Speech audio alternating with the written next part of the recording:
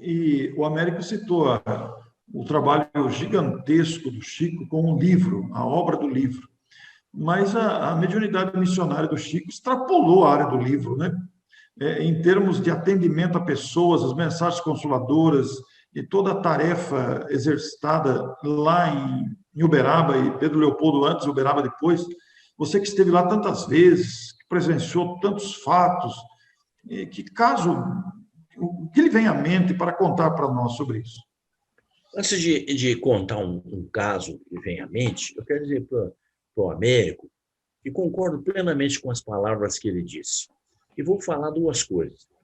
Para mim, André Luiz é uma relação dentro da revelação científica do Espiritismo. E Emmanuel, que é o coordenador disso tudo, é uma revelação dentro da revelação do Evangelho. Então, se você analisar a obra desses dois espíritos, e o Américo frisou bem, não dá para ler tudo, porque cada livro que você lê, se você for pegar um marca-texto, você vai deixar todas as páginas amarelinhas. Porque eu fico pensando, cada página que eu pego do André Luiz ou do Emmanuel é uma carapuça para mim. É como, fulano, acorda. Quer dizer, com toda a delicadeza, com palavras bonitas, porque muita gente não presta atenção, mas eu sei que vocês já prestaram atenção. Na obra do Emmanuel e na obra do André Luiz, a gente aprende português, rapaz. O estilo de escrever, a pontuação, que hoje ninguém mais obedece pontuação, a maneira de colocar as palavras. Pensa, o que esse irmão nosso, Chico Xavier, a que ele teve que renunciar para psicografar esse mundo de obra? É como ele diz, a vida dele foi expropriada pelos espíritos. Ele passou a pertencer aos espíritos. Ele não tinha vida material, ele era só o representante, porque o resto eram os que comandavam.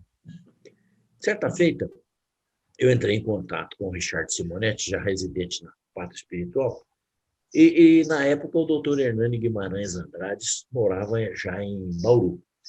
E eu pedi ao Richard, ele intercedeu com o doutor Hernani, que, quem não sabe, foi um dos maiores cientistas brasileiros na área da fenomenologia espiritual.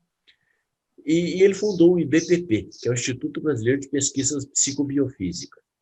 E ele permitiu que eu fosse lá, levasse um filmador, e nós fizéssemos uma entrevista com ele. Nós temos essa entrevista gravada. E uma das perguntas que eu levei para fazer foi essa: doutor Hernani, como o senhor vê a obra do André Luiz através do Chico Xavier? E ele foi taxativo. Esta obra, no futuro, será estudada na universidade.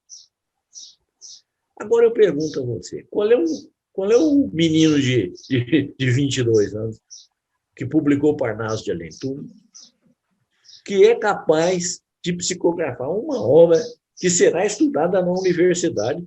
Não é segundo o Felipe, é segundo o Joaquim, é segundo o Pedro, não. É segundo o doutor Hernani Guimarães Andrade. E ele diz a obra. Agora, o que é que nós estamos vendo?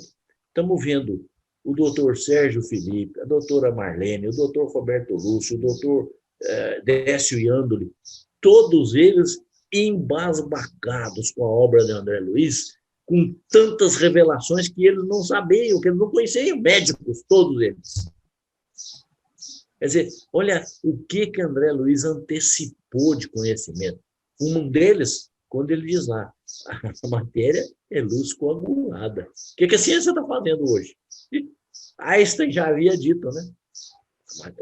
A energia é igual matéria vezes velocidade da luz. Ora ao quadrado. Quer dizer, rapaz, como é que pode uma obra dessa vir para um espírito de um menino que nasceu no interior de Minas Gerais? E há um relato de um repórter que foi fazer pesquisa com ele lá, contando que a biblioteca do Chico era um caixote de madeira, onde estavam alguns livros, 3 ou 4 livros, 5 livros, sobretudo a obra de o Evangelho segundo o Espiritismo, o Livro do Espírito. E esta era a biblioteca de um menino que, aos 22 anos, sem conhecimento literário nenhum, psicografa este monumento moral que se chama Parnaso de Além Túmulo, para o qual ninguém tem explicação a não ser a via mediúnica. Como dizia o professor Roque Jacinto, se as materializações são a prova material da imortalidade, Parnaso de Além Túmulo é a prova moral da imortalidade. Porque como é que você tenta fazer uma poesia? Quando muito eu consigo rimar Salomão com caminhão.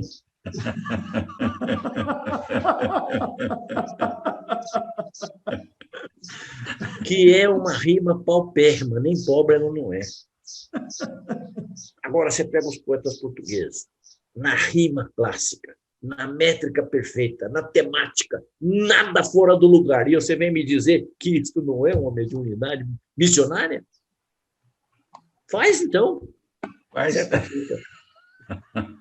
Certa feita eu estava conversando com alguns colegas no local do banco, e um deles levantou assim: não, esse negócio do Chico Xavier aí é só estudar e fazer. Eu falei: ó, meu caro, vai e estuda, vê se você consegue fazer uma quadrinha. O dia que você fizer uma quadra, eu te dou o prêmio. Mas não é fazer quadrinha de não. É fazer com métrica, com medida, com sentido, com lógica, com rima perfeita. Aí é o que eu quero ver. Aí é que eu quero ver. A ponto de Agripino Guieco, que era um crítico literário, ao analisar as mensagens recebidas de Humberto Campos, eu não sei o que é, mas que Humberto é. É bem o espanhol, né? Eu não queria ler las brujas, pero que las ai. Américo, você ia falar algo aí, eu vi que você tentou falar aí.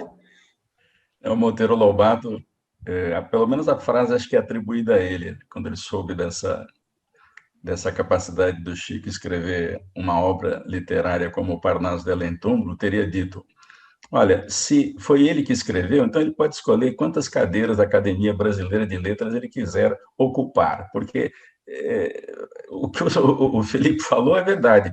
Vamos tentar fazer um soneto, que é um pouquinho mais complicado do que uma trova, com 14 versos, 2 quartetos e 2 tercetos, rimando e falando doutrinariamente correto.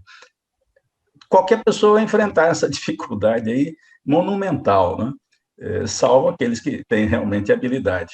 Mas o que reflete aqui, Orson e Felipe, é o fato que, para Chico escrever isso tudo, para escrever livros sobre a vida espiritual, para escrever livros sobre ciência, Evolução em Dois Mundos, Mecanismos da Mediunidade, ele precisa ter isso dentro dele, porque senão a psicografia não sai. Para escrever esses versos, isso tem que estar dentro dele. Ele já foi experiente em todas as áreas do conhecimento para poder trazer isso.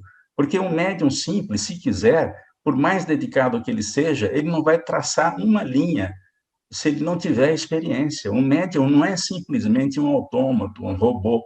Ele tem que ter o material dentro dele. O Kardec até comenta, né, se uma pessoa for escrever mediunicamente um texto em alemão, se ele conhecer alemão, o texto sai facilmente. Isso está lá no Livro dos Médiuns. Se ele já não conhece o alemão, mas esteve em alguma encarnação anterior na Alemanha, ele também vai conseguir escrever o texto. Um pouco mais de dificuldade, é claro. Agora, se ele nunca ouviu essa língua, não vai sair nada, a não ser que o espírito consiga desenhar letra por letra.